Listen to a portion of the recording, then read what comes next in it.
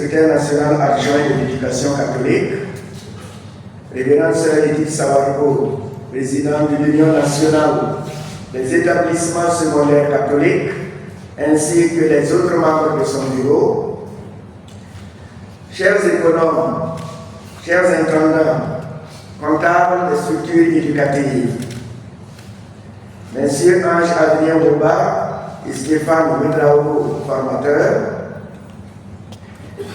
le 24 janvier 2025, je recevrai la plupart d'entre vous pour la formation sur l'utilisation du logiciel GESchool RH, conçu par le Secrétariat national de l'éducation catholique pour répondre aux besoins spécifiques des établissements catholiques.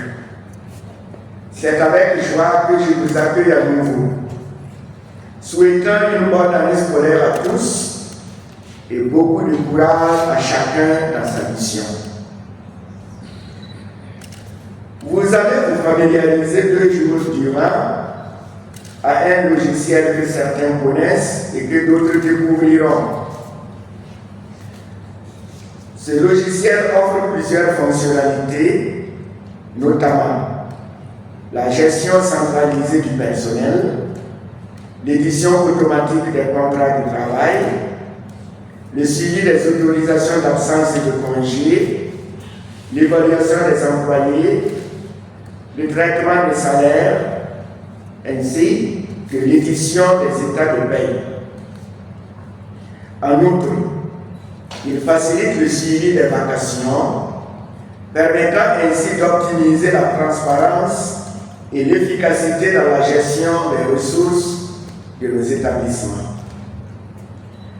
Vous comprenez avec moi que son utilisation ne saurait être maîtrisée par tous les utilisateurs en un temps record. L'ayant expérimenté, les anciens sauront faire ressortir les attentes pour un meilleur renforcement de leurs capacités.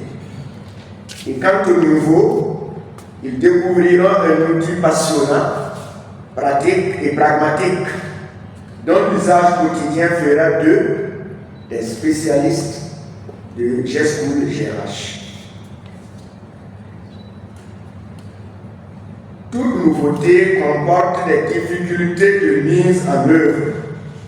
Cependant, je vous exhorte à la persévérance et non à la démission dès le premier obstacle. C'est en forgeant qu'on devient forgeron. Monsieur Ouba et Monsieur Weblago seront là pour vous y stimuler. Je souhaite que ces 2 jours vous permettent de nouer des relations de travail pour vous entraider une fois repartis dans vos établissements. Il y en a déjà qui naviguent aisément avec l'outil.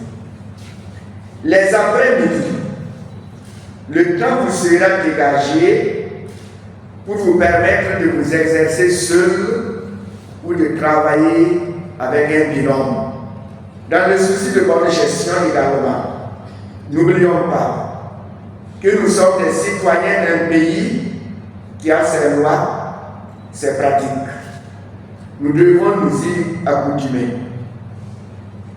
C'est pour cette raison que j'ai attiré l'attention de toutes les structures éducatives sur la nécessité de montrer le bon exemple en régularisant le salaire minimum interprofessionnel garanti SMIG, qui est passé à 45 000 francs sans les indemnités.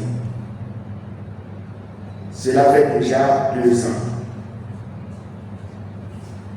Il nous faut également continuer de régulariser la prime d'ancienneté qui est un droit des travailleurs. Le logiciel le fait automatiquement. Et enfin, à nous conformer à l'avancement du personnel.